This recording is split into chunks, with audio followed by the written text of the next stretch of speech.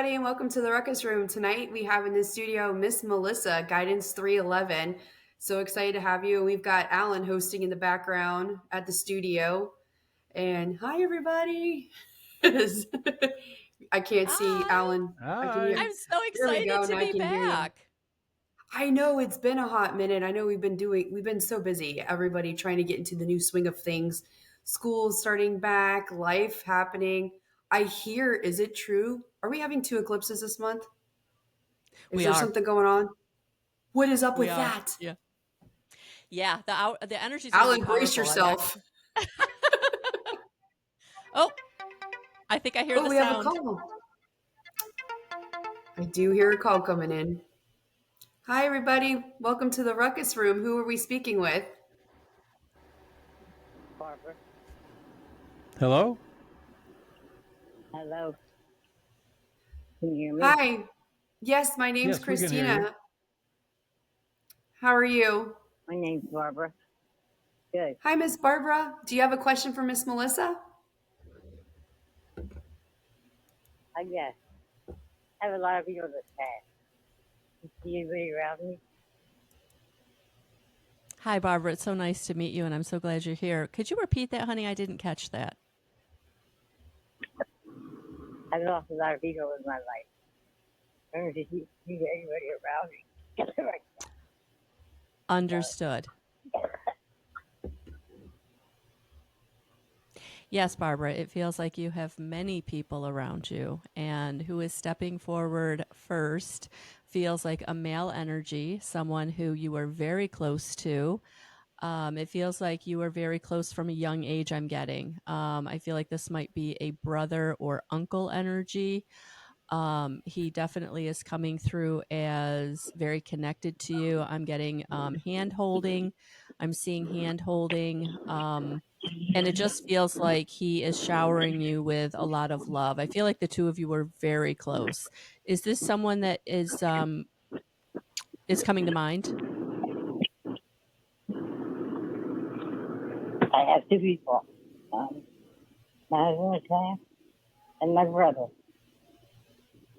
Yeah, I definitely was feeling brother energy, so I feel like this is who is coming through. It feels like the two of you grew up very close. It feels like I feel like there was a closeness in age. I'm almost feeling like Irish twins, or one right after the other is what he's showing me. So it feels like your brother has been a protective force in your life, whether he was in the physical and now that he's in the non-physical. So it feels like this is an energy that is very protective of you and has always been very protective of you. I'm also picking up that in the physical, it feels like he was a go-getter. It feels like he really liked to be for people, be around people, do for people. I feel like he was someone that people really gravitated to, and he was there to help them whenever they needed it. I feel like he was a very hard worker. I'm picking up kind of a hard worker energy, someone who really he did everything to the best of his ability. And I do feel like he's coming in with this message of, you're not alone, that you're still being protected, that I'm still here with you.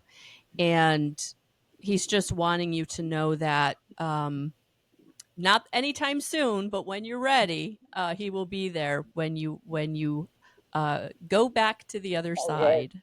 Yeah. So thank you for being here. I truly appreciate it. Thank you. You're welcome. You have my husband and my daughter over there?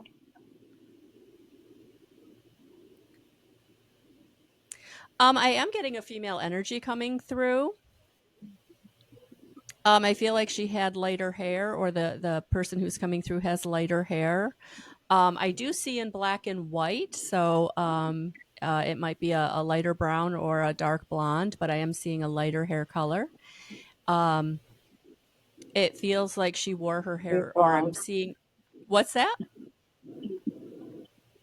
She was blonde. Oh, okay. Beautiful. Beautiful. Oh, it just feels like she Never was feeling well. really close to you. I'm hearing mommy um, with emotion in her voice. It feels like she was Oh, misses you, misses being with you, misses your hugs, misses being able to touch you. There's definitely a feeling here of kind of wishing she hadn't crossed over or didn't have to cross over. I am feeling like this was not something she got a choice in. I feel like there was some kind of lengthy um, process, an illness or something where she was incapacitated and was unable to recover, is what I'm hearing. So, yes, your daughter is very much around you and loves you very much. Okay, thank you. thank You're you so very much, welcome. Miss Barbara. Hope you have a great night. Thank you for calling in. You too, bye-bye. Thank you, bye-bye. Bye. Wow, that was really cool. Yeah, it's always emotional when, you've got people that have crossed over that you really miss and especially with a child, I could feel the emotion from both the mom and the daughter and how they, would really still like to be in each other's lives and, even though spirit has crossed over, they're still in your life. They're still a part of your experience. But, for many people, it's hard to feel them and to know that they're there because we get caught up in the grief, and the grief kind of holds back their ability to communicate with us. And it's powerful. It's very powerful when, you've had a child cross over. And as a parent, that's not what you expect. You expect to go first. Right. So, yeah, I could feel the emotion from both of them, and that was a lot. Yeah. Well, I'm going to put a pin in the talking about the two eclipses this month because this kind of puts me in a segue of what I wanted to talk about as far as recently in the news, you've seen the things that are going on with Bruce Willis and him having dementia and what his family is doing and everything. And it's kind of interesting. Oh, another call. Oh, Hi, welcome to the Ruckus Room. What's your name? Vicky, Hi, Vicky. How are you? I'm going to pass you along to Miss Melissa. If you have her question, she can hear you right now. thank you. Hi, Vicky. It's so nice to meet you. How can I help you tonight? Hi, I've talked to you a couple of times already.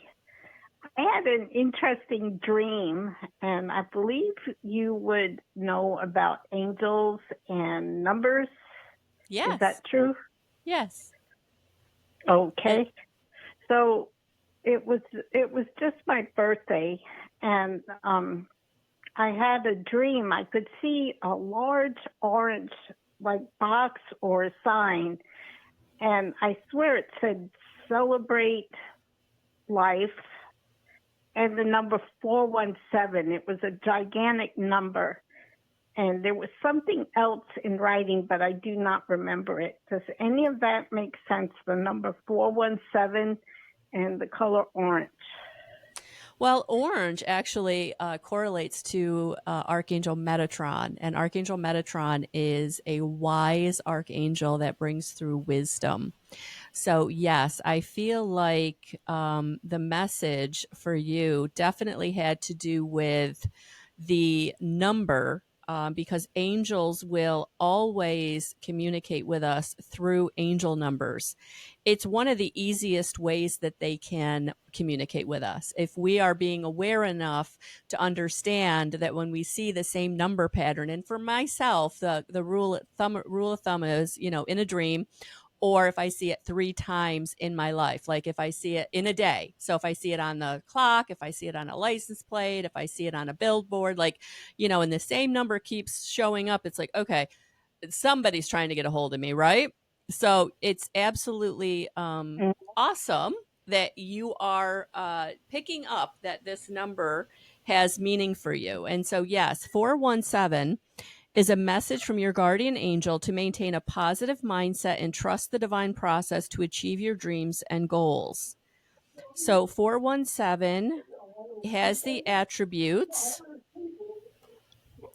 of positive affirmations and prayers that are manifesting rewards. So it's a message from your angel that your hard work and effort you've put towards achieving your spiritual goals is paying off. So I think it's a beautiful confirmation message for you from your guardian angel that the work that you've been doing in really letting go of any negative belief or ways you are feeling about people or situations is helping you to manifest more people, better situations, a higher vibrational frequency in your life overall. So really things starting to come into your experience that is going to make your life easier and happier.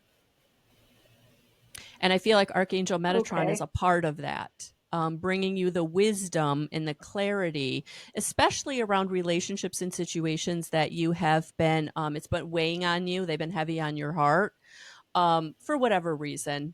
And so I feel like this is him coming in to let you know that it's okay to move on, that it's okay to forgive, and that everything is working out. Okay. That it makes a lot of sense because I have been changing, and I seem to be letting go of things when I was younger that used to bother me. So and that's I so just find important. it odd that it was my birthday when that happened too, like it was important. Yeah, nice gift from the spirit realm to let you know that all of your hard work is paying off for sure.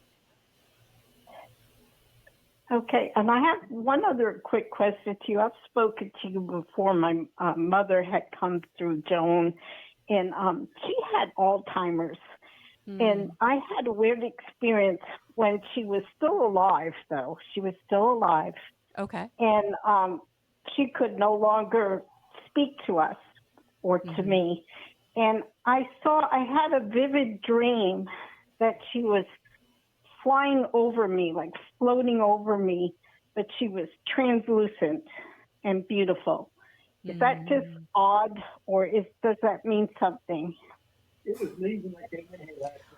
Honestly, I think at that point, because what I'm picking up is that because she could not communicate, she was communicating through her via her higher self that was on the other side, and they were giving you that vision to help you understand and to know that she was in a good place and that she was accepting of what she was going through and that she appreciated you and all of the work that you were doing to make her comfortable.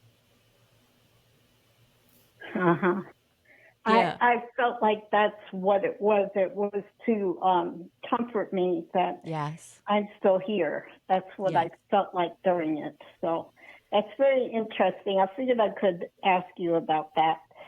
All right. Well, I think that was all I needed, unless you have somebody else that wants to say something to me.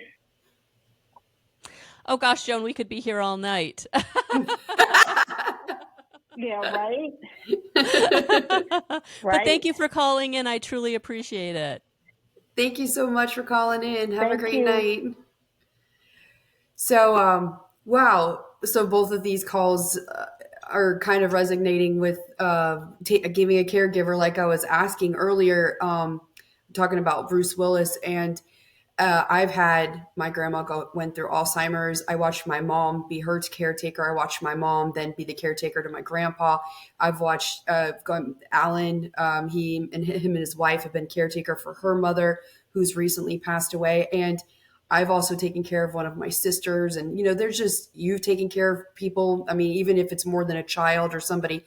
And I guess the biggest thing from this is asking for help. A lot of people don't like to ask for help when they're put in the caretaker situation. And I was reading a statistic that 63% of caretakers end up getting very ill because they're putting their health aside to be able to take care of people, or they end up passing away before the other person does that they're taking care of. And I guess my questions to you is like the first one, What guidance do spirits provide caregivers who feel the emotional and physical exhaustion and by supporting their sick ones? Like what how can you help, or what is there spiritually that can help that caretaker? What should be signs they look at for, and how should they take care of themselves in situations like this to protect themselves? That's so important, when you are a caretaker. And I would say most people who fall into that role, whether it's professional or personal, there's an empath quality to them, that they are highly developed clairsentience and they can feel what other people feel. And so they take on this role so that they can make others feel better. The caveat to that is they do it to the detriment of themselves because they want to make other people so comfortable and try to fix, the problem for the other person, that they're putting themselves in a negative deficit. They're putting themselves in a negative deficit mentally, emotionally, spiritually, energetically, absolutely, and then sometimes financially, which puts their safety and stability in jeopardy. So it can be a very slippery slope. And one of the things that Spirit is always trying to get you to do is to take care of yourself. But if you're a caregiver, especially with someone with a terminal illness or an illness that really they don't know who they are, where they are, and they get scared. There's so many ways you can have to take care of someone. And for me personally, it was through addiction. And, it got to a point where because you want to fix it, you want to make them feel better. You don't want to take the time and you don't want to put the energy into taking care of yourself. But what you have to understand is if you don't, you're giving from an empty cup. And that energy and the emotion and all of that has to come from somewhere. And so you start putting yourself in this negative deficit from this empty cup and still giving, that now you're overtired, you're overstimulated, your body doesn't have enough nutrients. Every part of your life really starts to become affected. And so that's why Spirit is trying to get you to slow down. They're trying to get you to take a break. They're giving you the signs. They're giving you the opportunities by putting people in your way to say, hey, let me help you out. And you're going, no, I've got it. Right. Well, this is where we have to get spiritually selfish. And we have to say, okay, I am going to take care of myself. I am going to have somebody else come in for a few hours and take over. Or I am going to let somebody else pay that bill. Or I'm going to let somebody else cook that meal. Or I'm going to let, I'm going to allow the help because I have to take care of myself, or I'm no good to anybody, because you can end up putting yourself in a position where now you are sick. Like you said, 63%, more than half, this is happening to.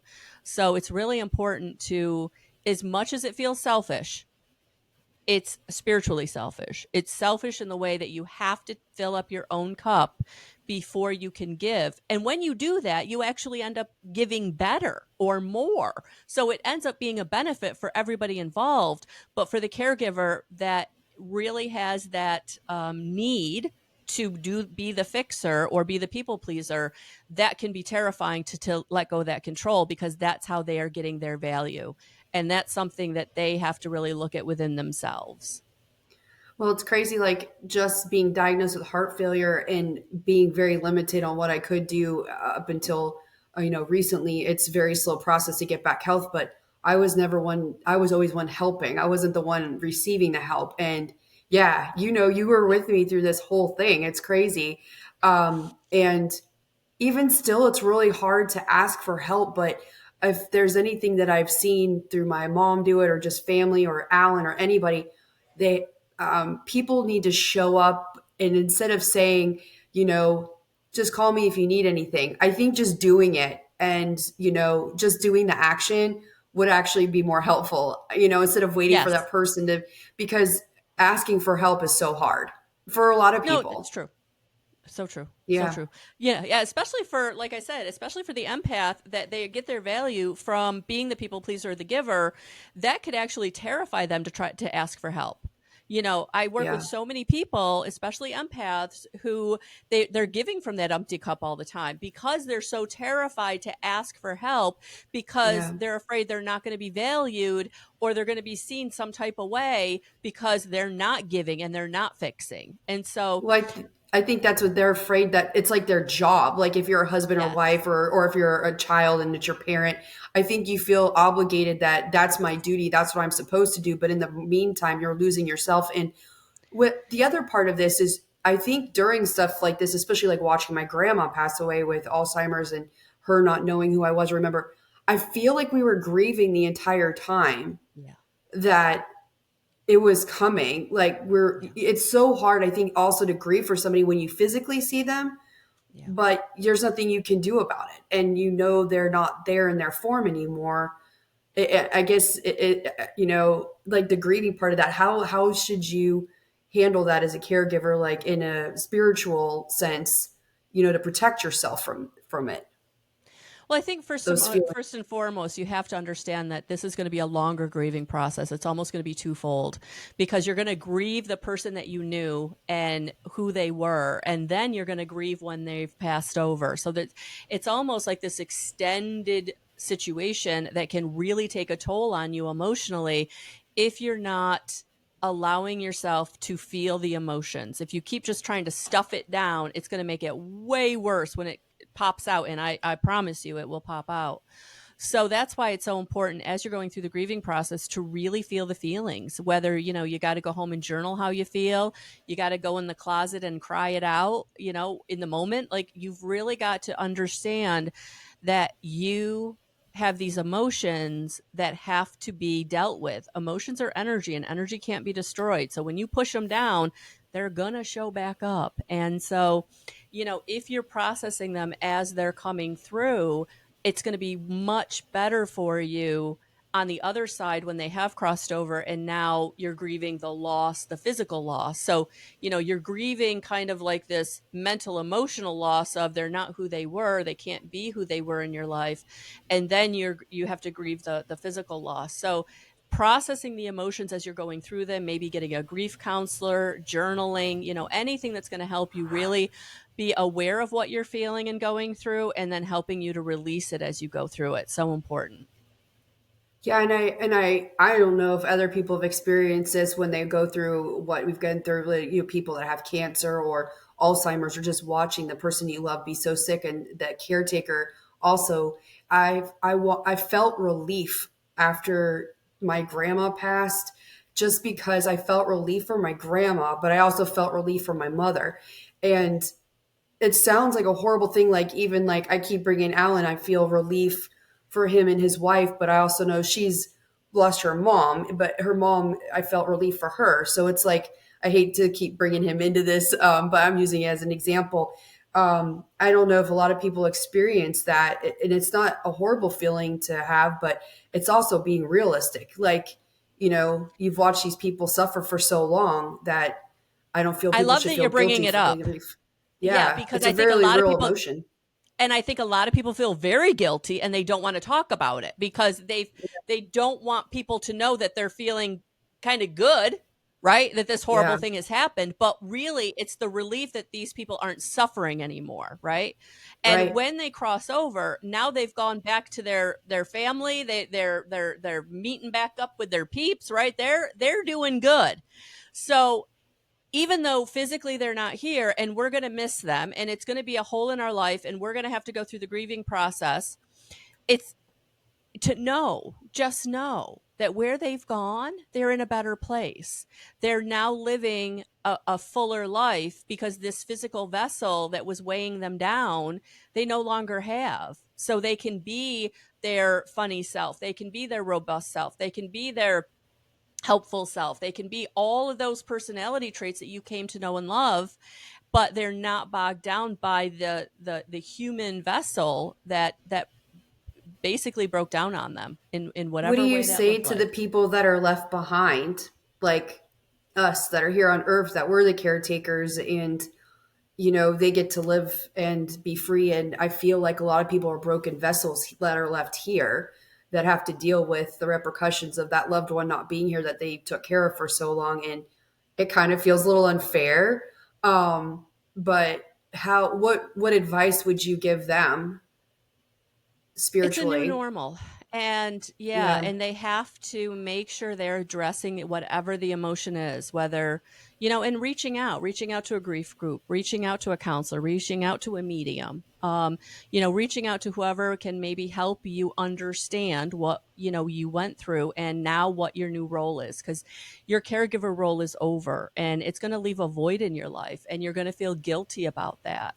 And so really, and then there's the woulda, couldas, and shouldas. If I'd done this or if I'd done that, right? We have to work through and process all of those emotions. And grief it's heavy and it's a process, and it looks different on everybody. There's no set time it's going to take. Some days you're not grief. What grief? Other days you're going to be in bed crying and sobbing. Like it's such a different process, and every day it's different with the grief. And so really learning how to kind of manage it when it comes up, not shove it down, and just knowing where you can go to help yourself process what is coming up and allowing it to come up to process. Very, very important.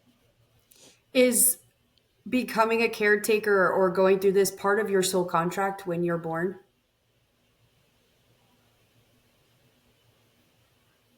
I know we've talked about soul contracts Absolutely. earlier. Yeah, Yeah. absolutely. Is there, Because there's something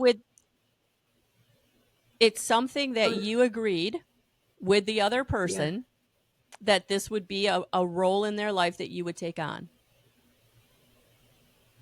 Okay. Well, it's so interesting. Like I said, a lot of people don't talk about this, and it's like I mean, people deal with this all the time. This is a daily thing. And um, Yeah. Alan, are you still there? I think you went black. No, I'm I don't here. know if he's. I was gonna close the show out, but I wanted to see if it's okay if his mother-in-law just passed. If Miss Melissa could see if she's around you or anything Of course. while we're talking about spirits. Her name was Monica. So right away, I have a woman showing up, shorter bob with lighter colored hair.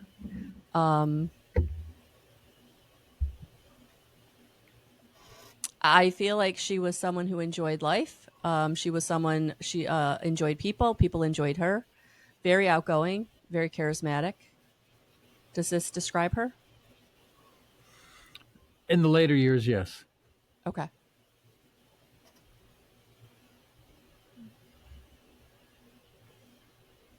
She's making me feel like she was very involved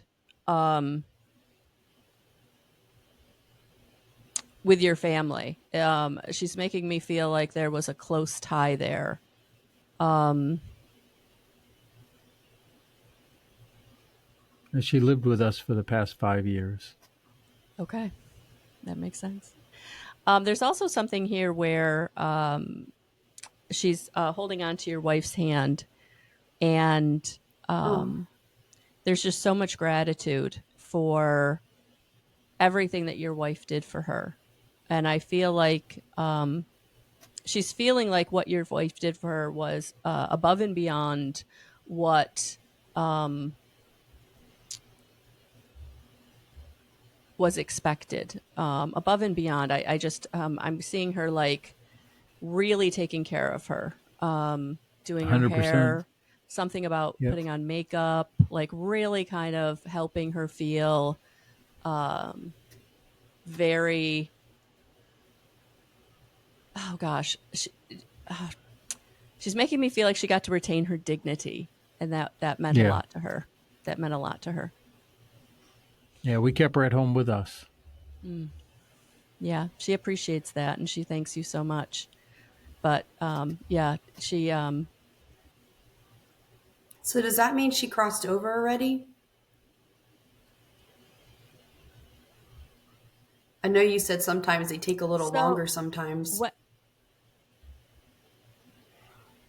Well, the way I've experienced it is when people cross over, the first couple of months, they're still very much energetically on the earth plane. It's usually in the middle of the first year that they kind of go and review their life or learn how to be on the other side, as it were. So right now, it feels like she's still very close to the earth plane, and it feels like she was right here when I connected with her. So No, she's So does only that been mean, like, passed for less than 2 weeks. that's So what does I that mean thought. in like Yeah. 6 months she'll come back and yell at Alan at what he's doing wrong? She'll She start doesn't yelling at him speak and learn. English. You Maybe never she'll- know. She might learn it. You Who never knows? Well, thank you so much. If we could change up a little bit, maybe if you want to pull a card for the general population and see what comes up, anything good? So before we do that, I would like to mention at the beginning of this show that Chrissy did mention the eclipses that are coming up. Oh, If yeah. you want more information on that, I actually did a video on my YouTube channel at Melissa L. Watkins, and you can go there and you can check out the September and eclipse video. So if you want more information on there, please jump over there and check that out. Check it out. It's going to be a But wild month. for us, yes, Alan, I Yeah. see a lot of money coming your way. It's going to switch up real quick. Be careful. I'm good with that. Yeah, to be honest with you, Alan, I would say expect it after the first eclipse, after the 7th. I would say mid-month. I wouldn't be surprised if you saw an uptick. Wow. Good, I Here need we it. go. That's what I'm Preaching saying. to the God might choir, have dude. given you a little bit of a break. I know, right? I think God gave him a little break to slow down because of everything that was going on. Remember, you said rejection is a protection. Oh, look at that. Protection. Yeah. Yep. Take a step back. So right now, whatever's going on in your life, taking the step back will actually help you to understand why something's happening and what it is you need to see clearly to be able to move forward. There's also a heart chakra activation that I'm feeling with this card. So for many of you, there's going to be heart activation as far as giving and receiving love. So for those of you who have had crossed over loved ones pass, or that you do have people on the other side that you want to connect with, I would say this would be a good time to sit quietly and just call them in and feel them. But for many people, there's going to be a resurgence in love in your life. And so if you've been single for a while, this is going to be, you're going to be meeting someone. And for those of you who are in an established relationship, just know You want to that, take that? sure, just know Sure. that your relationship will go to the next level. So, Hi, thank you for calling the Ruckus Room. This is Hello. Chrissy. What's your question for Miss Melissa? They hung up. Oh, no all worries. right. No Yeah. worries. No worries. Well, All right, thank guys. you so much. So yes, if you we'll want more see you next information, week. I have one more announcement if I can get it in. Yeah. I started my own podcast. You did. So excited. Yeah. So So they can again, find you on head over YouTube? to so it's on. They can find me on YouTube at Melissa L. Watkins, but the podcast is also on Spotify, iHeartRadio, and Apple Podcasts. So wherever you find your podcast, check out Spiritual 411 and let me know what you think. I would love feedback. So thank you so much, guys. No problem. Well, thank you guys for tuning in, and we'll see you next week at 6:30 on Tuesday. Bye, everyone.